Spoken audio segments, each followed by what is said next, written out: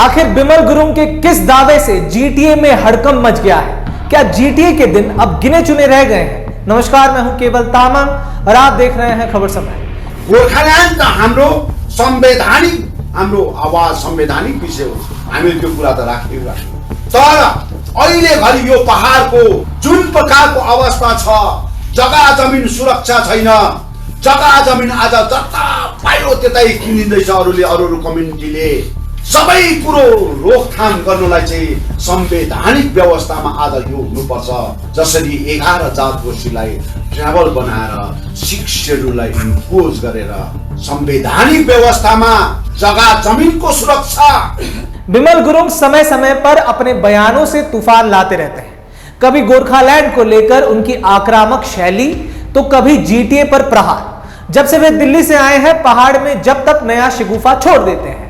बीते रविवार कालिम्पोंग की एक सभा में बिमल गुरुंग ने कहा कि जीटीए के दिन अब गिने चुने रह गए हैं। उनके इस दावे के बाद जीटीए के चेयरमैन अनित थापा से लेकर अन्य सभासदों में भी आश्चर्य और हड़कंप व्याप्त है। कुछ लोग उनके इस बयान को बड़बोलापन बताते हैं, तो कई लोग दिवा स्वप्न के रूप में देखते हैं।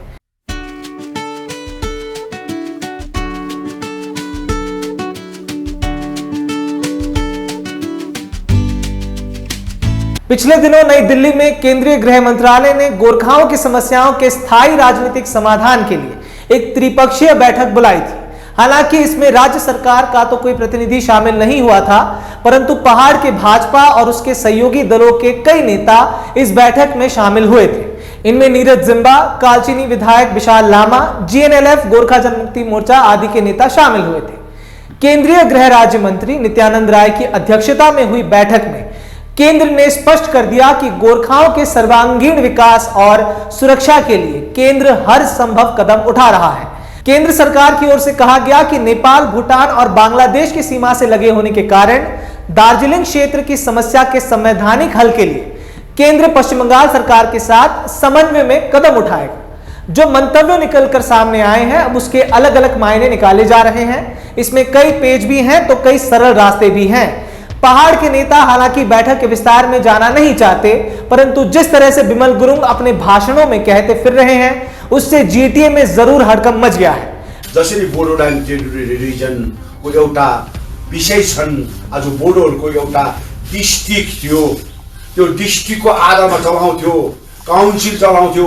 दार्जिलिङ हिल काउन्सिलको मा आज सुभाष घिसिङले चलाउँदाखेरि उहाँहरू सोध्नु आउँथ्यो त्यस्तो व्यक्तिहरू बोडोल्यान्ड टेरिटोरी रिजनको।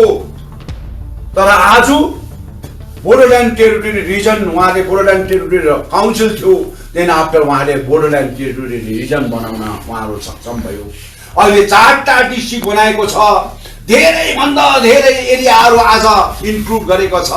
उहाँले भोलिको दिनमा उहाँले बोडोल्यान्ड बनाउने एउटा आकार कोरिसकेको छ। गोर्खाल्यान्ड त हाम्रो संवैधानिक हाम्रो आवाज संवैधानिक विषय हो, हामीले त्यो कुरा त राख्यौँ। तर अहिले घरि यो पहाडको जुन प्रकारको अवस्था छ, जग्गा जमिन सुरक्षा छैन, जग्गा जमिन आज जता पायो त्यतै किनिँदैछ अरू कम्युनिटीले। सबै कुरो रोकथाम गर्नलाई चाहिँ संवैधानिक व्यवस्थामा आज यो हुनुपर्छ।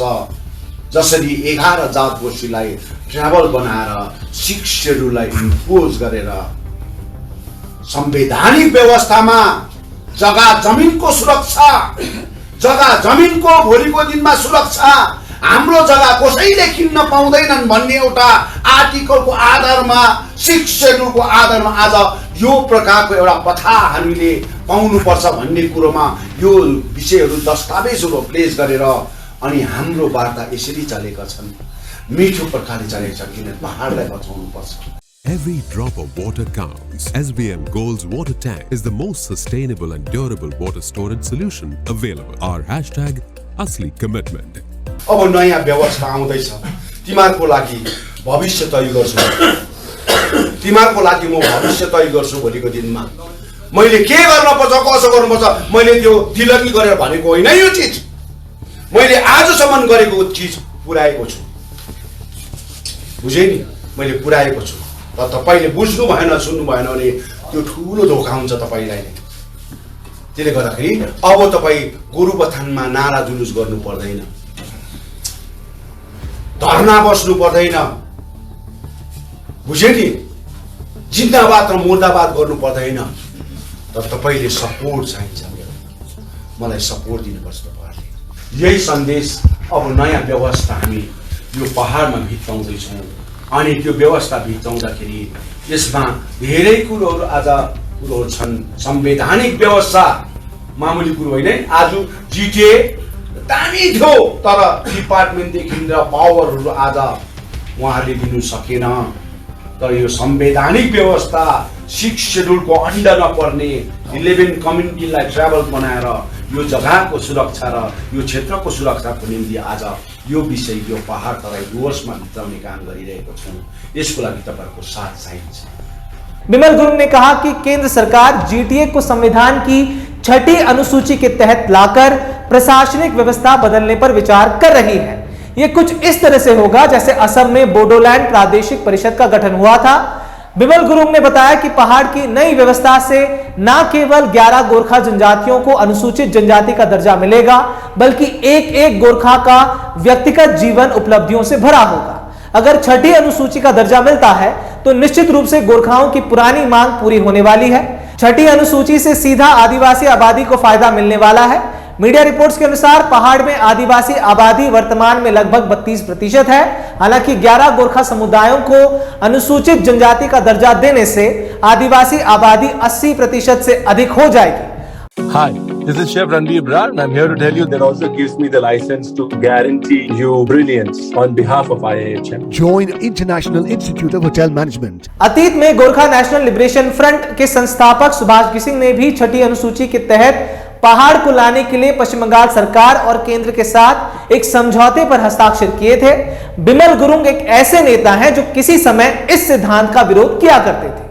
2007 में उन्होंने गोरखाओं के लिए गोरखालैंड के नारे को बुलंद किया था। फिर 2012 में जीटीए पर समझौते के लिए तैयार हुए। अब एक बार फिर से बिमल गुरुङ जीटीए की कार्यशैली पर असंतोष जता चुके हैं और केंद्र से उम्मीद लगाए बैठे हैं कि कुछ ऐसा किया जाए कि जीटीए का यहां से वजूद ही मिट जाए।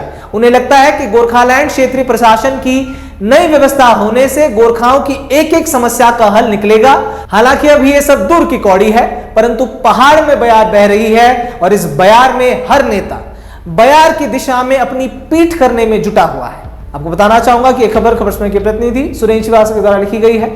फिलहाल इस मुद्दे पर है कि हमारी नजर ऐसे ही तमाम खबरों को जानने के लिए हमारे साथ बने रहें और देखते रहें खबर समय, हर समय खबर समय।